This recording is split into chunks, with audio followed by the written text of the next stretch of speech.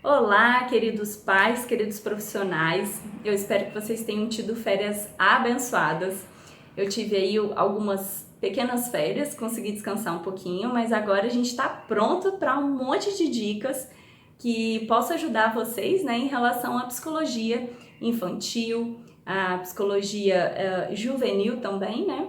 E a primeira dica que eu quero dar a respeito do transtorno de déficit de atenção e hiperatividade é formas que a gente tem de poder trabalhar o TDAH junto com as crianças, né? E uma das estratégias é um livro da Luciana Tisser que se chama Por que eu tenho dificuldade de atenção, tá? Ele é um livro super interessante porque ele não fala só sobre os sintomas, né? Ele começa explanando de uma maneira bem geral, assim, as dificuldades que todo mundo tem, né, como ser humano, de atenção e tudo mais. Mas ele começa a falar um pouquinho de maneira cerebral mesmo, como que acontece esse processo, né, de ter atenção, de captação de informação, de desenvolvimento mesmo, né, cerebral, de como que essa captação, armazenamento acontece, né? Então aqui ele fala um pouquinho também sobre a questão da memória.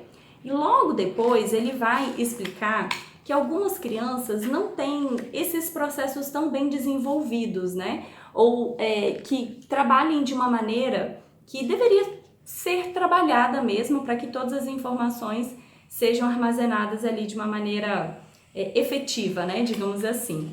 E aí depois aqui ela vai trabalhar um pouco sobre os tipos de TDAH.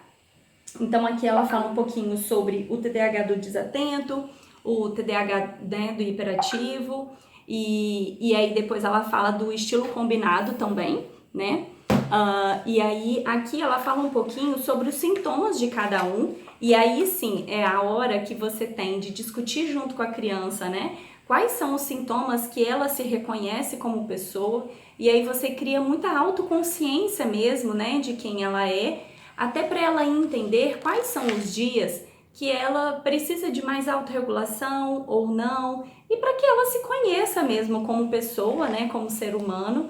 E aí logo depois aqui, ó, desses sintomas, ele fala um pouquinho sobre a questão do tratamento, que é muito importante, né, que fala da importância do uso da medicação, por exemplo, do tratamento com os psicólogos, né?